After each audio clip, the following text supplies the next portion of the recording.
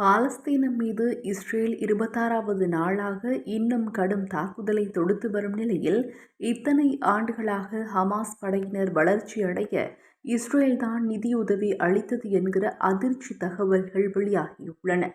அதாவது ஹமாஸ் வளர்ச்சிக்கு இஸ்ரேல்தான் நிதியுதவி அளித்திருக்கிறது. இதனை சவுதி அரேபியாவின் முன்னாள் உளவுத்துறை தலைவர் இளவரசர் துர்கி அல் ஃபைசல் தற்போது பொதுவில் போட்டு உடைத்திருக்கிறார்.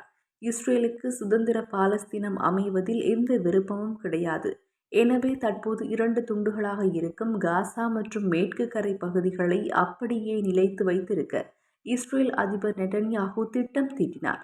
இங்குதான் கட்டார் உள்ளே நுழைகிறது. கட்டார் அடிப்படையில் ஒரு இஸ்லாமிய அரபு நாடு. அது தனது சக இஸ்லாமிய நாடான பாலஸ்தீனம் வீழ்வதையும் அந்நாட்டு மக்கள் துன்பத்தில் கிடப்பதையும் விரும்பவில்லை.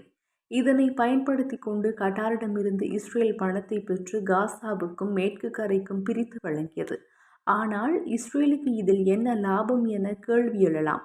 காசா மக்கள் ஏற்கனவே இஸ்ரேல் மீது கடுப்பில் இருக்கிறார்கள். இது இப்படியே போனால் பெரும் புரட்சியாகவும் வெடிக்க வாய்ப்பிருக்கிறது. எனவே மக்களின் மனங்களை திசை திருப்பவும் அவர்களை விடுதலை உணர்விலிருந்து மழுங்கடிக்கவும் இந்த நிதியை இஸ்ரேல் பயன்படுத்தியது. அடிப்படை தேவைகள், வீடுகள் இவையெல்லாம் இருந்தால் மக்கள் தான் உண்டு தன் வேலை உண்டு என்று இருந்து விடுவார்கள் என நெட்டன்யாகு கணக்கு. அதன்படி பணம் டிஜிட்டல் முறையில் இஸ்ரேலுக்கு கட்டார் அனுப்பும். அப்பணத்தை ரூபாய் நோட்டுகளாக இஸ்ரேலும் அமெரிக்காவும் காசா எல்லைக்குள் அனுப்பும். சமீப ஆண்டுகளாக இது எல்லாம் சரியாகத்தான் நடந்து கொண்டிருந்தன. அதேபோல இஸ்ரேலுக்கு எதிராக ஹமாஸ் பயங்கரவாதிகள் எந்த தாக்குதலையும் திட்டமிடவில்லை என மிகவும் சக்தி வாய்ந்த உளவு அமைப்பான மொசாட் சொந்த நாட்டுக்கு அறிக்கை கொடுத்தது.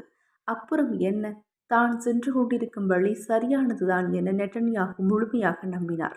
நெட்டன்யாகுவின் கீழ் இஸ்ரேல் பல ஆண்டுகளாக செய்ய முயற்சிக்கும் சிறந்த சமநிலை இதுதான்.